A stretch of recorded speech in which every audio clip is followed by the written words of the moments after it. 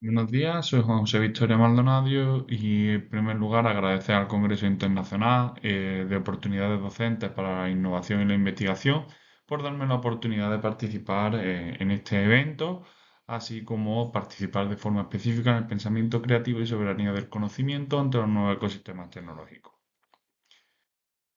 Comenzar primeramente presentándome, ya he comentado que soy Juan José Victoria Maldonado, soy profesor de la Facultad de Ciencias de la Educación de la UGR, en concreto en su sede en Melilla, en el norte de África.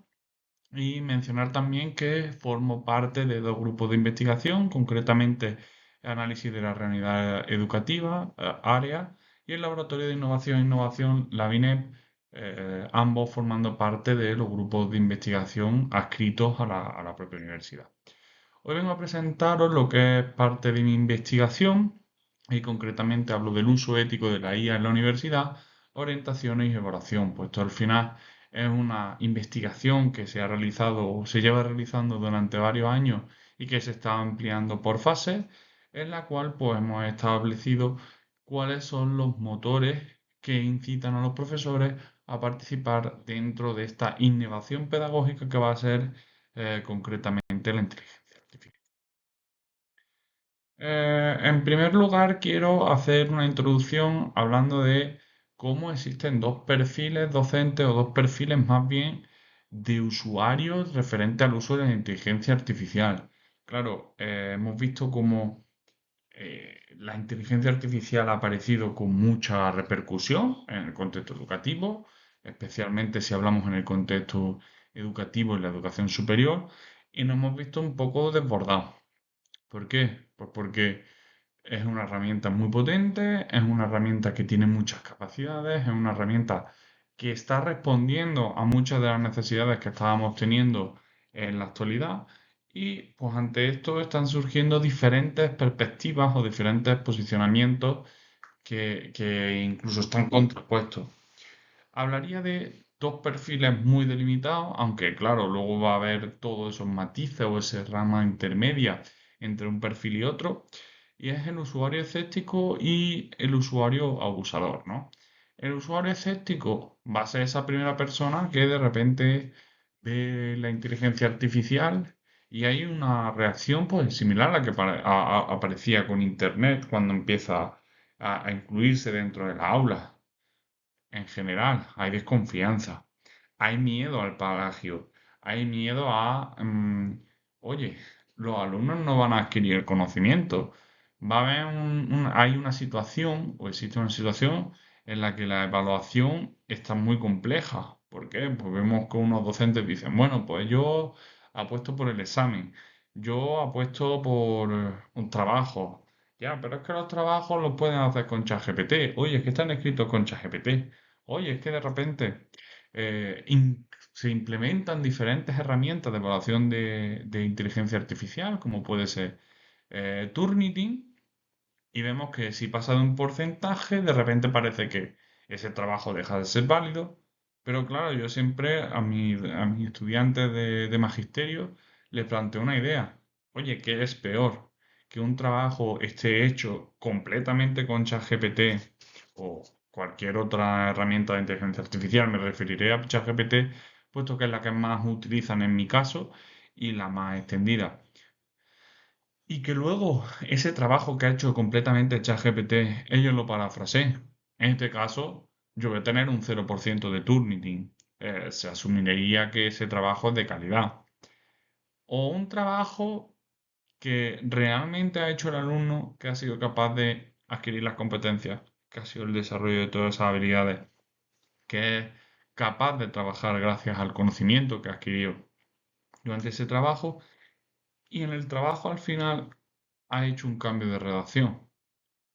¿Cuál sería el trabajo que deberíamos de verdad valorar positivamente o cuál debería ser el trabajo que se debería incluso valorar? En mi caso, por ejemplo, yo en las clases apuesto por esa idea de vamos a intentar que se utilice lo menos posible y si se utiliza es para el cambio de redacción. Y luego vamos a ver el perfil de o el usuario abusador. Claro, una vez hemos establecido que de esa faceta La persona que tiene miedo existe. También existe el caso contrario, una persona que es despreocupada, que de repente procesos cognitivos complejos que nosotros estamos desarrollando a partir de diferentes etapas educativas, ya sea la primaria, la secundaria, ya sea la universidad, se están perdiendo puesto que la inteligencia artificial tiene capacidad de responder a muchos de los problemas que tenemos. Esto, pues, al final está degradando esos trabajos académicos, está degradando estos aspectos, y vemos como incluso las revistas científicas no tienen claro cómo valorar esto, porque, claro, nos dicen, pongo el ejemplo de Springer o de Elsevier, y nos mencionan que una redacción que esté modificada con ChatGPT o con cualquier inteligencia artificial es lícita, pero que debemos conocer realmente el contenido del artículo o de la publicación o del trabajo, pero tampoco se nos ha dado o no se nos exige que sepamos conscientemente qué es lo que pone el artículo, no hay forma de demostrarlo, entonces es un poco em, en el aire lo que queda ahí. Lo que sí está claro es que hay muchos trabajos que se están haciendo con la inteligencia artificial, hay muchos aspectos que se están trabajando directamente con la inteligencia artificial. Y ya no solo hablamos de la parte docente o la parte académica, que si bien es la relevante en el día de hoy, hablamos de cómo aspectos psicológicos, cómo ante un malestar personal o ante una situación complicada o de adversidad personal, de repente la gente está utilizándolo como psicólogo. Entonces estamos teniendo problemas de, oye, hay pérdida de privacidad de datos, hay pérdida de valoración objetiva, puesto que ya vemos cómo la inteligencia artificial tiende a darnos la razón, puesto que quiere ser complaciente con nosotros, que somos el usuario y al final un cliente más. Todo esto va a repercutir, evidentemente, de una forma negativa en el uso de la inteligencia artificial. Entre estas dos tipologías o estos dos tipos de personas que utilizan la inteligencia artificial, deberíamos escoger de cada uno de ellos el aspecto positivo, ¿no? O es como se debería de plantear.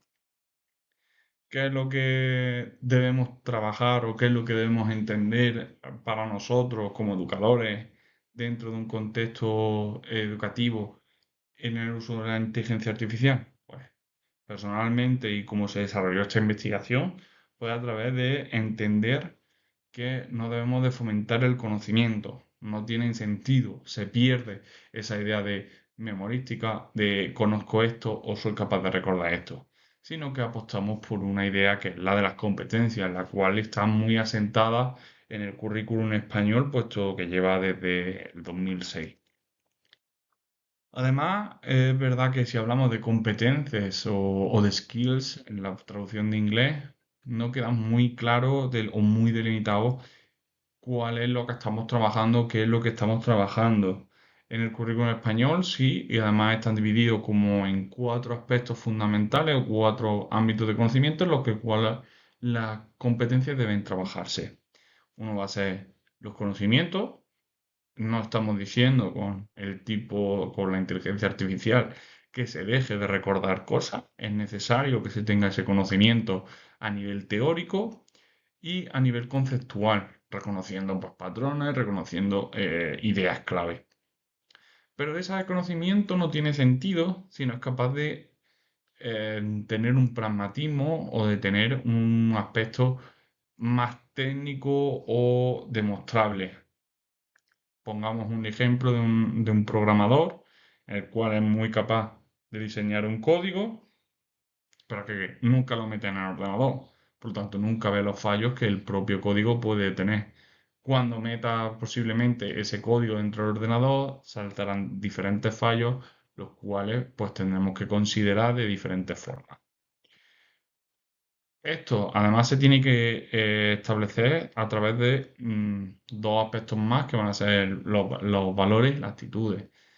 No solo me vale con que ese tengas ese conocimiento, no solo me vale con que puedas desarrollar ese código, sino para qué usas ese código y cómo eres capaz de tú de transformar ese código. Pongamos ejemplos, mantenemos esa idea. Entonces, he programado, funciona el código, pero mi programación es para un robot que está diseñado para destruir X país, lanzar una bomba. Bueno, esa parte ética ya la estoy perdiendo. O soy capaz de investigar en una medicina superpotente y lo que hago es un medicamento que además tiene muchos efectos secundarios. Oye, ¿cómo si lo hice sin querer, soy capaz de readaptar ese medicamento? Soy capaz de, además, tener la ética suficiente para cambiarlo y cómo trabajar con ese aspecto. En nuestro caso, o en mi caso, nosotros hablamos de competencias digitales docentes. Claro, si estamos hablando de inteligencia artificial, para poder hacer la contrafase, tendríamos que irnos a las competencias digitales. Y claro, en este sentido, pues vemos cómo las competencias digitales, si bien están establecidas en Europa y en gran parte de Hispanoamérica, me atrevería a decir, están definidas por el disco Medu. Al final, esta herramienta, ese marco de referencia que se nos ha instaurado en Europa y que gracias a la traducción al español se ha difundido en gran parte de los países de habla hispana, no ha quedado claro todavía o no se ha desarrollado todavía con la inteligencia artificial. Es verdad que en febrero de 2026 de repente meten esa parte de, oye, esta competencia debe ir asociada a estas habilidades relacionadas con la inteligencia artificial. Ya, pero te has dado cuenta en 2026 cuando estamos hablando de que ChatGPT parece ser un problema o está siendo algo relevante para nuestras instituciones educativas o está siendo relevante para en general nuestra sociedad de 2022. Vamos a poner que la salida de ChatGPT 3.5 y por lo tanto el momento más clave para ese punto de desarrollo. En este sentido, creo o es necesario que la educación vaya hacia un modelo más híbrido en el sistema de enseñanza, en el que los estudiantes tengamos o tengan esa vertiente de inteligencia artificial como corrector dentro de su propia gestión del aprendizaje, el aula, la clase, la casa, etcétera, etcétera. Y luego ves como las instituciones ya, nosotros como docentes debemos ser parte de esas instituciones regulatorias que nos ayuden a decir, oye, esto sí se puede hacer, esto no se puede hacer, el prompt este debería estar permitido, se pueden establecer diferentes prompts. Ahora pongo el ejemplo de Claude, Gemini y ChatGPT, puesto que son los más utilizados, ya digo, cada uno tiene la capacidad de generar una personalización de los propios prompts. Yo utilizo mucho las skills de Claude, pero puedo utilizar las gem de Gemini o los GPT de ChatGPT. ¿Cuál fue el objetivo al final de esta investigación y con todo esto planteado? Pues establecer cuál es el uso y la relación y la aceptación de la IA y el nivel autopercibido de competencias digitales en el alumnado de educación infantil y educación primaria de las universidades andaluzas. Y así también reconocer las barreras formativas y la oportunidad de la IA para trabajar en ella. ¿Cuál es la metodología del estudio? Bueno, aquí tenéis un poco el resumen, pero de forma general se hizo primero varias revisiones de la literatura, en las cuales se enfocaron pues, en determinar lo primero, si bien he dicho que antes que en Europa se había instalado el marco común de competencia digital docente, el Discomedu, está eso popularizado, es lo normal para el resto del mundo. Y bueno, pues llegamos un poco a la conclusión de que es verdad que tenía mucha relevancia. De todas maneras, esta parte no nos valía, no simplemente no, por venir una perspectiva general de esa parte del trabajo, pero no podíamos comparar. Así cogimos también todas las investigaciones que se estaban trabajando, la inteligencia artificial y las competencias digitales docentes, pudimos hacer posteriormente una comparación de nuestro estudio, el cual es un retrospectivo post facto de corte transversal, el cual cogimos población de todas las universidades andaluzas. Llegamos a unos 1000 de muestras a través de un muestreo probabilístico, no probabilístico por conveniencia, pues conocíamos diferentes docentes de las diferentes universidades andaluzas y fuimos suministrándoles lo que es el cuestionario para que ellos pudiesen difundirlo por sus clases y presentando por lo que era. A partir de aquí, ¿qué es lo que hicimos en la fase cuantitativa? Una parte de análisis de datos, una parte de explicación de cuál es la realidad. Pues utilizar el Discomedu, herramienta que al final está validada por Europa y que al final pues es la referente a nivel mundial en este sentido. Y en ese momento se utilizó el marco de aceptación UTAU2, que si bien ahora, actualmente en 2026, no optaría por esta herramienta, puesto que es verdad que poco a poco se han ido desarrollando herramientas mucho mejores para la aceptación. En su momento, 2024, mediados, inicios, era la más potente para evaluar esta técnica. Por otro lado, hablamos de una fase cualitativa en la que hablamos de un grupo de discusión con 7 personas, una de cada universidad de las estudiadas dentro de Andalucía. Mencionar que se tuvo que quedar fuera la Universidad de Jaén, puesto que no llegamos a una muestra significativa, y se estableció esa forma de trabajo. ¿Qué resultados obtuvimos? Bueno, en este sentido, yo creo que hay que destacar dos desde la parte cualitativa, y es que, como decíamos en la revisión, o como se hablaba en la revisión, el uso de ChatGPT deriva en deshonestidad académica solo cuando no existen marcos claros. La principal variable que frena el fraude es la percepción del riesgo. ¿Qué quiero decir con esto? Es curioso cómo, si comparas diferentes países o diferentes contextos educativos, ves cómo cierto alumnado, cierto tipo de alumnado está más dispuesto a hacer trampas con las herramientas de inteligencia artificial que otro. ¿Cuál es la solución? Oye, que tengan esa primera solución es que tengan una situación o que sientan que existe ese riesgo. ¿Por qué? Si yo siento que al usarla puedo ser castigado, posteriormente voy a evitarlo en la medida de lo posible usarlo.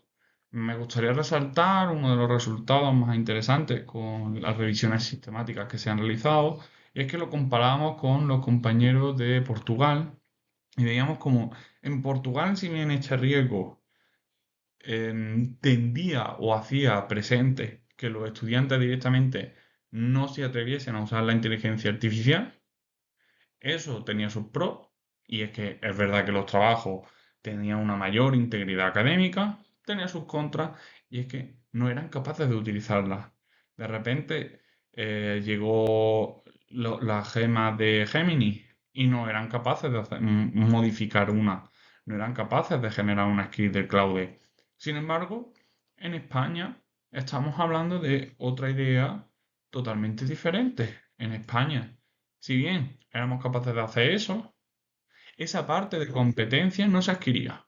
O las competencias en general no se adquirían. ¿Por qué?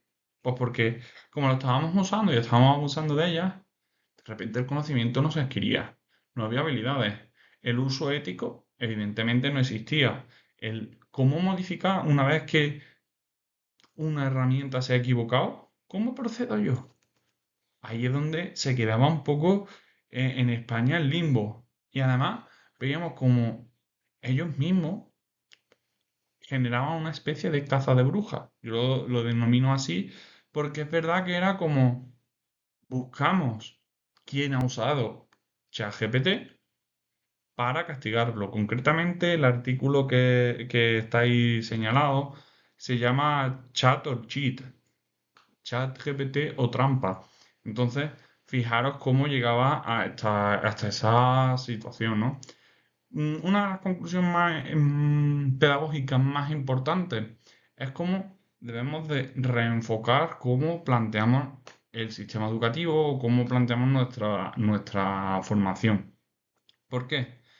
No tiene sentido mandar un trabajo de clase, no tiene sentido mandar un examen si ChatGPT es capaz de responder o cualquier otra es capaz de responder 100% al examen o a la evaluación, la tarea de evaluación. Porque entonces para eso quiero una inteligencia artificial que seguramente de cara a ese vista de mercado laboral o a esa perspectiva de encontrar un trabajo, la inteligencia artificial va a ser mucho más económica que un estudiante.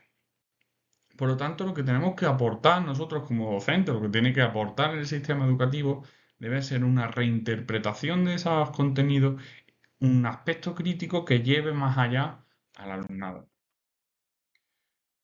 ¿Cómo planteaban en ese grupo de discusión que se podría utilizar la inteligencia artificial desde una perspectiva docente?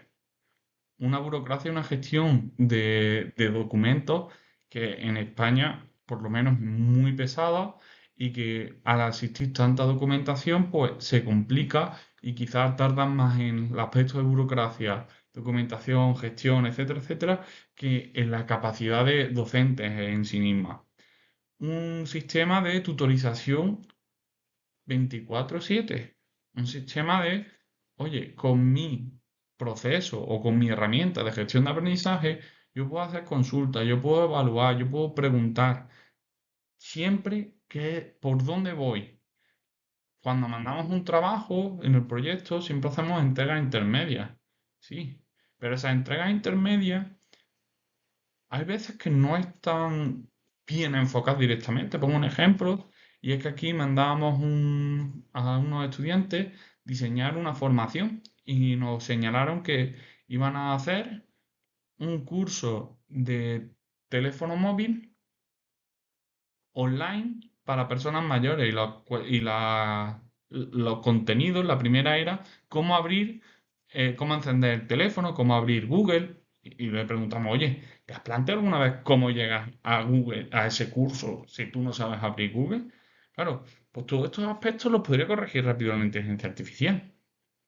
También nos ayuda a una evaluación formativa, entendiendo que pues, poco a poco vamos a poder establecer rúbricas en las cuales las herramientas de inteligencia artificial nos ayuden a evaluar de forma sistemática. Oye, sobre todo la coherencia. Al final tenemos que apostar por el docente como herramienta de evaluación, herramienta de transmisión de contenido, herramienta de difusión de aspectos críticos y la inteligencia artificial como un apoyo. Establecer una narrativa contextual, puesto que si preguntamos a estas inteligencias artificiales, seguramente estén más actualizados que nosotros, referente a las realidades que viven nuestros estudiantes, y podemos presentarle un contexto mucho más específico. También la adaptación de contenidos curriculares a atención a diversidad, pues vemos como esta parte de adaptación de materiales, creación de materiales, modificación referente a las pautas DUA, etcétera, etcétera, va a ser muy bueno para la inteligencia artificial. Desde el aspecto cuantitativo, ¿qué es lo que encontramos? Pues se encontraban diferentes paradojas, incluso diría en este sentido, que me gustaría expresar porque es verdad que es interesante. Vemos como los estudiantes tenían una más alta motivación, percibían que funcionaba muy bien la inteligencia artificial, percibían que em, reducía su esfuerzo de trabajo, digámoslo así, y de repente vemos que el hábito es una cosa que baja. De repente, eso que nos está diciendo que todo es positivo, que todo funciona muy bien, de repente, incluso nos llegaban hasta a decir que estaban dispuestos a pagar, pero que ellos no lo utilizaban. Fijaros cómo aquí existe esa paradoja de caza de brujas de yo considero que es bueno, considero que funciona bien, pero no lo utilizo. Otro aspecto que no funcionaba muy bien o que entendimos que fue bastante interesante, aquellos que tenían más capacidad de enseñanza en un entorno digital, hablamos de MOOCs, hablamos de diferentes formaciones virtuales, tenían más interés por el uso de la inteligencia artificial. Claro, nosotros le encontramos la explicación desde el aspecto que si nosotros tenemos que evaluar a un porcentaje de alumnos o a un X número de alumnos, en la enseñanza virtual es mucho mayor y por lo tanto pues se necesita mucho más. La creación de contenido también, pues cuanto más capacidad de creación de contenido se tiene uno, más apuesta por esa parte de trabajar la inteligencia artificial para aumentar el número de contenido. Cuanto más, mejor. Lo que sí vimos como había un compromiso ético por parte de los estudiantes muy amplio. Y lo más destacado es que aquellos que se sentían más responsables con su docencia tendían a rechazar la inteligencia artificial, porque al final preferían no utilizarla, aunque fuesen menos eficientes, ellos lo reconocían sin problema, aunque fuesen menos eficientes, preferían no usarla por las posibles críticas que le llegaban. En este sentido, hablar de las conclusiones y mencionar cómo debe existir una gobernanza institucional clave por parte de las instituciones y nosotros mismos ser esa parte de trabajo o de responsables de nuestras instituciones y apostar por una delimitación clara de qué se puede hacer y qué no. Un modelo híbrido de docente entendiendo que nosotros vamos a ser la figura clave, nosotros vamos a ser esa persona que esté ahí de apoyo, pero que la inteligencia artificial va a ser pasos intermedios que faciliten al estudiante adquirir su propio contenido. Un rediseño de la evaluación, entendiendo que lo que he dicho antes, si ChatGPT o cualquier otra inteligencia artificial puede hacer el trabajo, no tiene sentido, carece de sentido. Y priorizar la formación en competencias, entendiendo todo el valor de la competencia para evitar el fraude. Estas son las referencias que se pueden tomar como ejemplo de donde salen estos contenidos y mil gracias por su escucha.